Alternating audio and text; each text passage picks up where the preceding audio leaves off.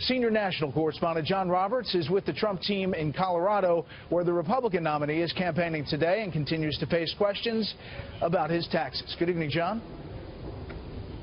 Good evening to you, Brett. Donald Trump on a swing of 3 western states trying to recover from what, for all intents and purposes, was a pretty rough week last week. Today in Pueblo, Colorado, making absolutely no apology for taking full advantage of the tax code as a businessman. It's my job to minimize the overall tax burden to the greatest extent possible, which allows me to reinvest in neighborhoods, in workers, and build amazing properties which fuel tremendous growth in their communities. The Trump campaign is working hard to escape the controversy surrounding the unauthorized release of his partial tax returns from 1995.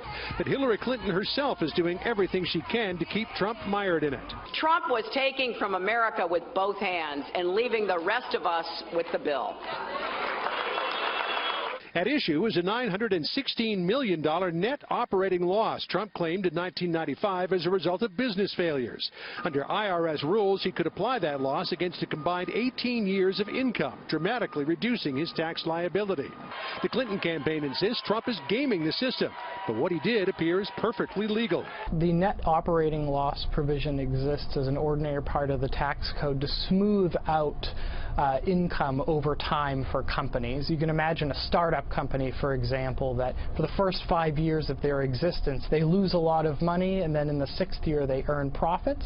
But you still want a tax code that accounts for those losses in the first years of their existence. Depending on Trump's income in succeeding years, he could have used up the credit from the loss quickly, or as the New York Times suggested, without evidence, paid no income tax for nearly 2 decades. Trump has tried to turn the tables on Clinton today, hitting her on how she and Bill Clinton made their money after leaving the White House. Her only method of making money is by selling government favors and granting access to special interests, know nothing about how businesses succeed and grow.